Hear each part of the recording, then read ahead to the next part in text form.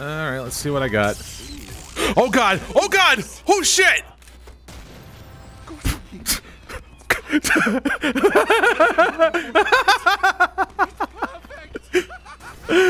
Oh god! Oh shit! Why don't I play this more? No, no, no, you don't. Get out of here. Ah, crap. Okay. I think we got this. No, crits! Fucking pyros! Why do they always say... Now I know why I don't play this anymore! Ah!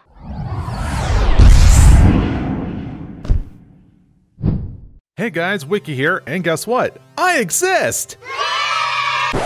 No, but seriously, after having to brush off the dust on the channel and putting a coveted TF2 video on display, it's really nice to see you guys again. Providing the YouTube algorithm is still in favor of this content, but I don't even know at this point. But the point is, I got something worth talking about that's relevant to the majority of us, TF2, and our relationship with it. Now, if you're no stranger to my history with it, you know that I have been rather distant from the game for many points. I've addressed most of it in a couple of videos before, and I would like to tackle this topic again with a more revised outlook now that time has passed. So my question is, what's keeping me away from TF2? Wait, there's TF2 gameplay in the background. Okay. What's mostly keeping me away from TF2? And what I can share about it can be summed up in 3 points. Along with it, I'll share what could potentially fix those issues to help make the relationship all the more sweeter. I will say that the core mechanics of the game are really solid and rewarding. Feeling the power of the weapon that you're shooting, landing the shot, making key movements for dodging and advancement, and a lot of situations that saying, ouch, that death was my fault. What could I have done better? Is a common occurrence. Really, that part of the game I don't have a problem with. But can you guess what is a problem? Yeah, no shit, it's crits. This is quite the hot topic right now as we're concerned about TF2's future and what changes are to be addressed. One of them being the removal of random crits. Now, I could discuss about the various problems that random crits bring to the game, but I don't necessarily have to, as Uncle Dane's recent video is very well polished and digs deep into the topic much better than I would, so do give that video a watch. Now, in relation to the question that I asked, yes, random criticals does turn me away from the game a lot. The biggest point for me at least is that the mechanic ultimately makes what skill I've developed from thousands of hours of play to be meaningless from an unpredictable element. It's one thing to be hit randomly from, say, a rocket from across the map and even die from it. Well, that's just normal. But the key difference between those scenarios and random crits is intention. Was the player intended to do extra damage when he made that shot? No, he was hoping the shot that he made would hit something. Crits is just adding salt to the wound. And I would know a thing or two about salt, but more on that later. I could go further into this, but I'll likely end up regurgitating information from videos that you've likely already seen. So the other thing worth bringing up is the game's development. Over the past 2 years, TF2 majorly got flack for adding casual and competitive mode. The problems being having long queue times, imbalanced games, and tons of options removed compared to quick play. Now, the modes have been improved over time with patches here and there, and with the inclusion of the Jungle Inferno and Blue Moon update, the system is now much better. Unfortunately, this was a slow process and has already angered many players, including myself, that we had to deal with this torture. But, thankfully, our pages have been well rewarded with more content with the Jungle Inferno update, and it kept me busy for a few months. Then I stopped playing for a few months. Funny how things work. I mean, it's nice the Pyro got some new toys, and a handful of maps, a few of them being absolute stinkers, and I was hoping the random crits would be removed. But when I saw that demo shoot that pill in that SFM video, I was like, no! But what kept me busy were the contracts, and what did I think of them? Well, I'll let my past drunk self rant about it during a random game that you probably don't care about. You know, if there's some other stuff I want to go ahead and rant and rave about, okay, I guess I might as well mention TF2 on the list. Fucking contracts, man. Oh god, contracts are a freaking bitch. You want to know why? I decided to go ahead and pretty much be very suicidal with the freaking contracts, because one of them that I decided to do as medic was the very infamous amputator contract. Holy shit, don't ever do that. Yeah, I completed them all. I'm stupid that way. So yeah, the amputator contract, for guys who don't know, it's one thing having to like heal your teammates or whatever the main objective is. The bonus objective is one, having to, I think, heal 3,000 health points, and that does not include overhealing. So, I mean, I got it eventually because I had to play it really safe and I had to play the quick fix. So that's pretty much your best bet for that one. But the other one is having to heal 250 health points in 1 second. That is not possible in 90% scenarios. I mean, if you're attempting to do that with the amputator, good freaking luck. But here's how I did it. You go and play manpower mode, and whatever sort of stuff that you do in manpower mode does count towards your contract. So, because in that mode, there's like ridiculous little power-ups, okay? One of them that helped me with this is called Reflect. One of the stats on it is to add, I think, at least 300 health to their max health points. So what I did is that as I was building up my quick fix Uber, that's important, it has to be a quick fix, is to build up the Uber, you find the power up and claim it to yourself. Once you get 100%, you go to your spawn, not go in the spawn, mind you, otherwise you automatically drop your power up, and then you wait for a teammate to spawn, then you drop the power up so they run into it, and then you flash your Uber on them, and then it counts towards your 250 health in 1 second due to how quick fix works. And you have to do it just a total of 2 times. So there's your pro strats coming from your friendly neighbor medic main in pubs. Yeah, sorry if that clip ran too long, but I wanted to show that just to prove a point and because it's funny. Hopefully you're still watching this.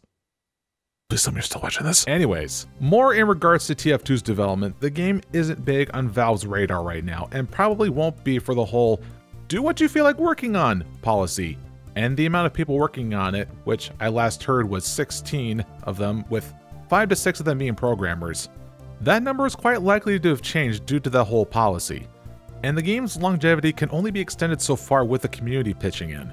So, from my point of view, I would like to see random crits to be removed, or at the very least, to be reworked so players can't depend on it, like tinker with the damage multiplier or the crit chance, or add some other requirement. Just something so that the majority of players can find satisfactory, especially to newer players that develop through skill and not luck. Overall, this and other game changes and additions, this is all on Valve's shoulders. We can't steer the direction so long as we provide feedback via the in-game survey, sending emails, or through any other official communication options. I know that we're not used to the game being updated this sparsely, but until then, we best try to entertain ourselves the best that we can. You can say this is an extension to the previous point when dealing with the frustrations of the game, but it's broader and definitely subjective. You're no doubt aware that I have a salt problem, and it's not just tied to TF2. Heck, it recently happened in another multiplayer game that I play, Splatoon 2. And the behavior is quite simple and obvious. You aim to have a good game, perform well in it, and preferably win it.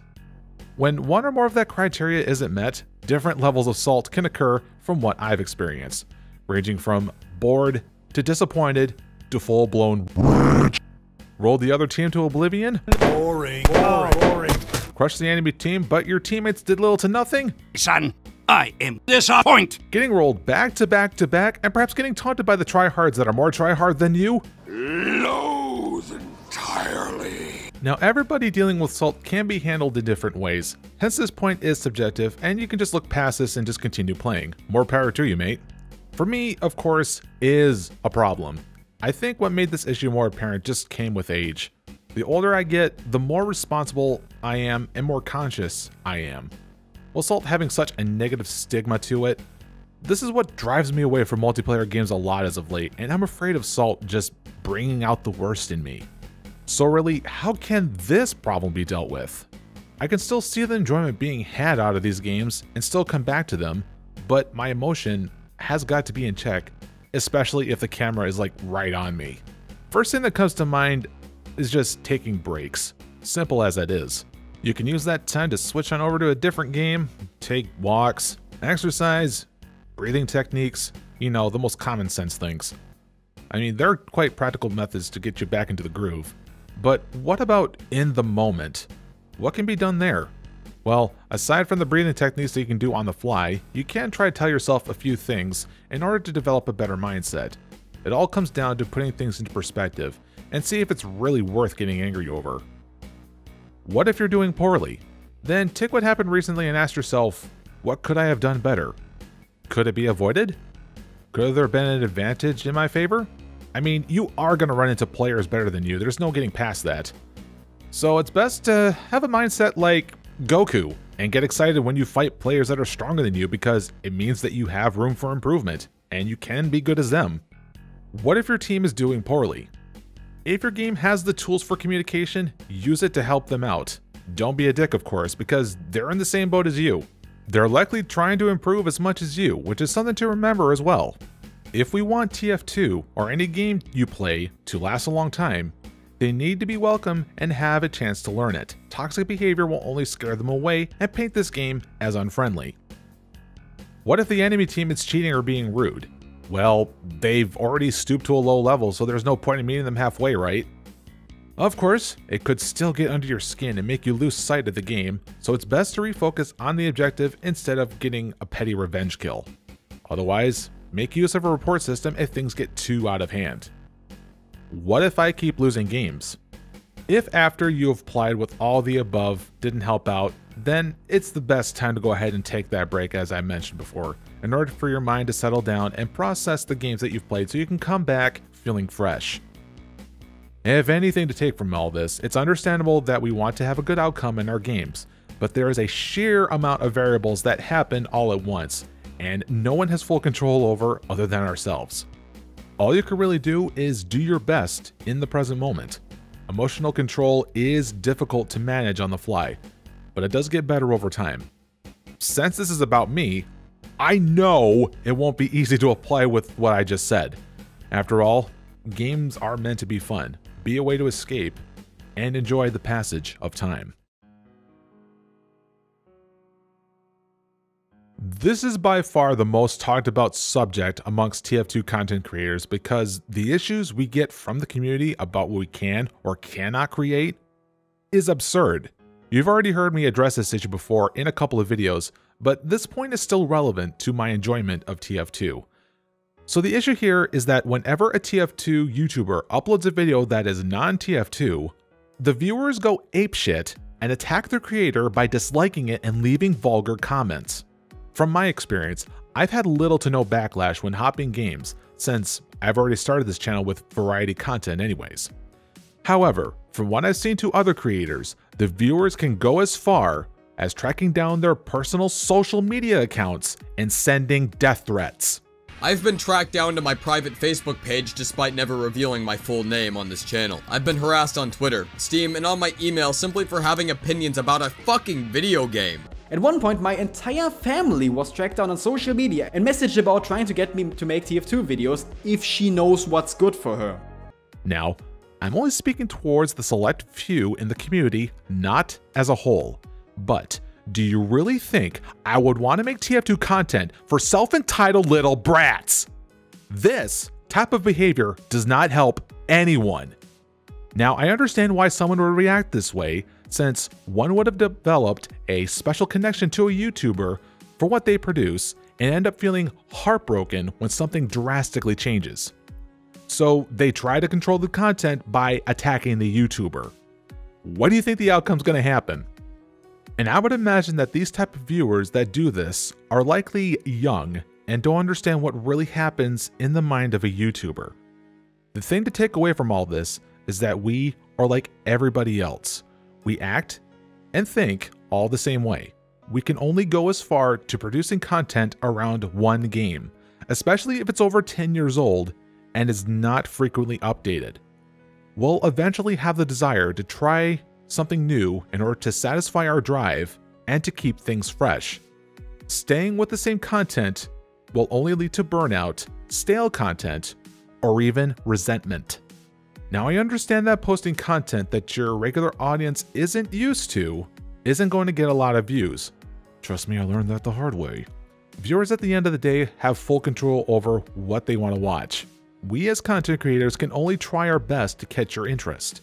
It would be helpful, however, if you do give different content a chance, not just for me, but for many others. We're not asking you to force watch something as little as like 10 to 30 seconds. It just might catch your interest. You might be surprised. So if you do decide to support other content, it's quite likely that you'll get more TF2 content. With that, we'll have less pressure and more breathing room for us to develop better content. So the next time that we do a TF2 video, it'll be better overall, and our interest in the game will just last that much longer. Also, to improve the relationship between the content creator and the community, please do not be toxic with your dislike bombs and hateful comments when we try something new. Acting this way will give you little to no content, or even make the creator not only quit TF2, but YouTube as well. And for viewers who does care for the creator, call these toxic people out on their behavior so that we can stand a standard for what is right. Despite all of these issues, TF2 still somehow gets to me. At some point, I'll have the need to boot up the game just to get my fix on playing Medic, or if I just want to play a full MVM tour. It's true that time does heal, and I believe that the healing can be faster if the 3 things I've addressed can be dealt with. But like with everything in life, things do have to come to an end, and it's scary. But we can make it to the other side feeling stronger than ever. But hey, no time like the present, so I want you to go ahead and enjoy it while it lasts. If you made it this far into the video, hey, I deeply thank you for it. It's been a while since I've worked onto the level of writing a script, getting footage, and editing, so I would appreciate it if you do leave a like on this to show your support. Also, make sure to prevent YouTube from being an asshole to your sub feed by hitting that notification bell so you do not miss a thing. Also, keep in mind that my TF2 content is not a regular thing for me these days. So don't go to the comments of any video that I make begging for more. If you're wanting TF2 only content, this is not the channel for you. I'm more into doing variety content. I'm planning on doing more videos in this format where I go into discussion, doing some review or retrospective just to test the waters. Hopefully it'll be a good value to you all. Anyways, to end this video, if you want to share what keeps you away from TF2 or vice versa, let me know in the comments. So with it, I thank you again for watching, and I hope to see you in the next one. Take care.